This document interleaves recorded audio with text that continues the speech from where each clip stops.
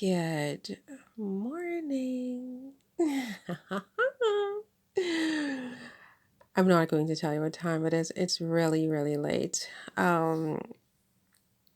um I got up late. Well, it's not important, but I got up really late this morning, and so I am late to the party. Okay, so first up is an article in Newsweek today. Okay, I hope you're well, my darlings, by the way.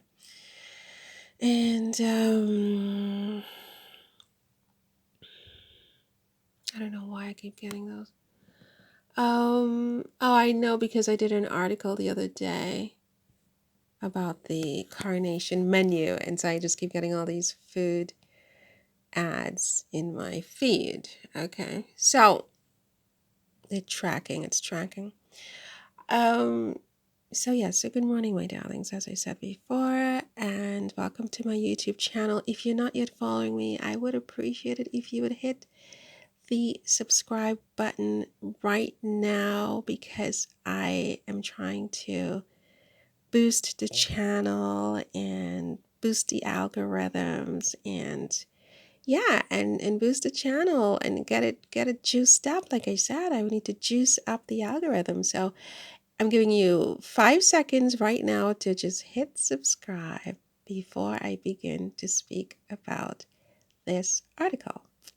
So 5, hit subscribe. 4, hit subscribe. 3, hit subscribe. 2, hit subscribe. 1, hit subscribe. 0, you've hit subscribe. In my dreams and fantasies, right?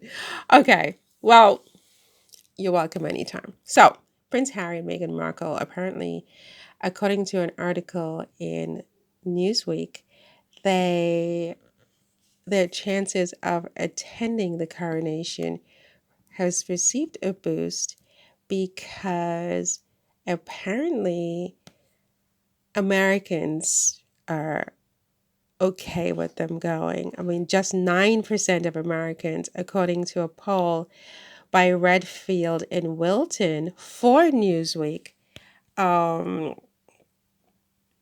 would oppose Harry and Meghan attending King Charles's coronation. Now, this article catches my attention, but not because of the conclusion that they that you know they not because of the conclusion drawn by the author of this piece, but by the fact that Harry and Meghan are being polled at all. I mean, it seems that I know politicians are polled a lot. I know that. But why are Harry and Meghan being polled to this extent? I mean, Newsweek, um, in February 22nd, Meghan Markle and Prince Harry's popularity hits all-time, I guess, low, and 32% liked and 42% disliked, according to a poll in February. That in Newsweek on February 23rd, you had yet another article on the same paper about the polls, popularity polls for Meghan and Harry. January 18th, they talked about these polls about Americans favorably and unfavorably viewing Harry and Meghan on January 18, 2023. March 7th, they're back on these approval polls at the same paper in Newsweek. On January 19th, Meghan Markle is less popular than Queen Camilla. Newsweek talking about polling of Meghan Markle in the United States. Then you have January 12th, yet another article where they're talking about these polls, quite often by the same person, Jack Royston. Then you have um, March 13th, Meghan and Harry at the coronation could benefit based on some poll. And Meghan and Harry Harry and Meghan U.S. popularity has crashed since the release of his book Spare, according to exclusive polling for Newsweek. So this is exclusive polling by some company called, what is this company called?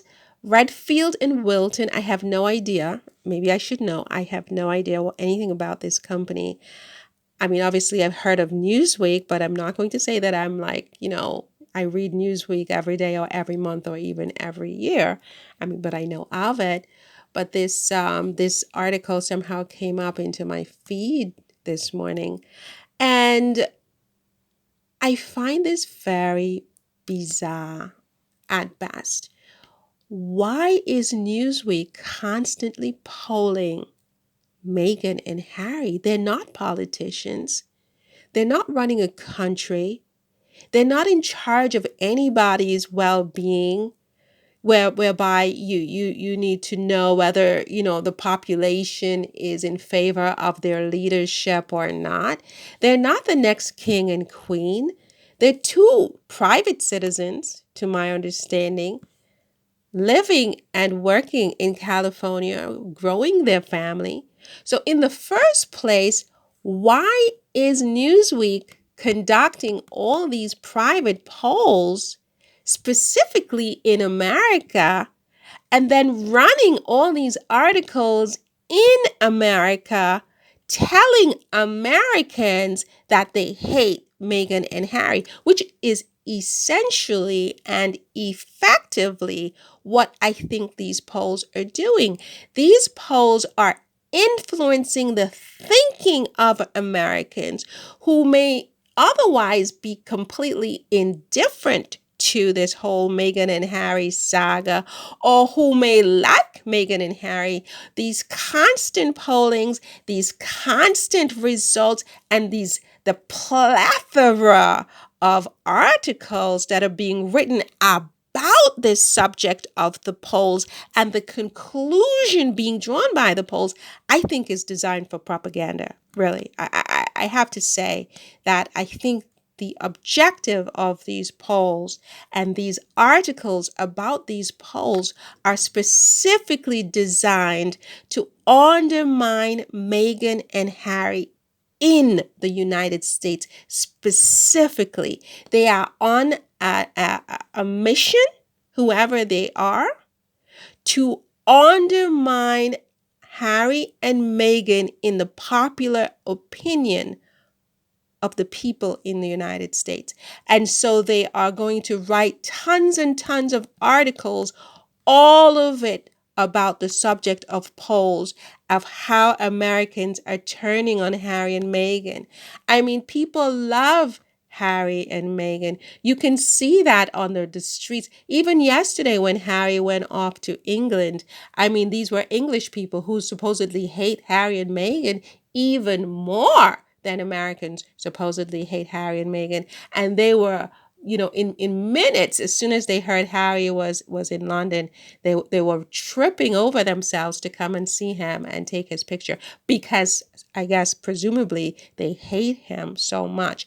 But this thing over at Newsweek and these polls and these individuals who are writing these articles, I think should be watched because they are quietly on a mission that is intentional to try to undermine public opinion. Undermine Harry and Meghan by changing public opinion about them in the United States. And they're treating Harry and Meghan as if they're running for president and first lady of the country. Harry and Meghan are not politicians. This is not Donald Trump and Melania Trump or Joe Biden and Jill Biden. Why are they being polled to this extent? These are just, they don't poll Jennifer Aniston or Jennifer Lopez or Ben Affleck or Justin and Haley or even Oprah or they don't poll these types of people. Who is spending all this money doing these constant polls on Meghan and Harry? And what is their agenda? I find it very bizarre at best. At best, it's bizarre. At best. Your thoughts?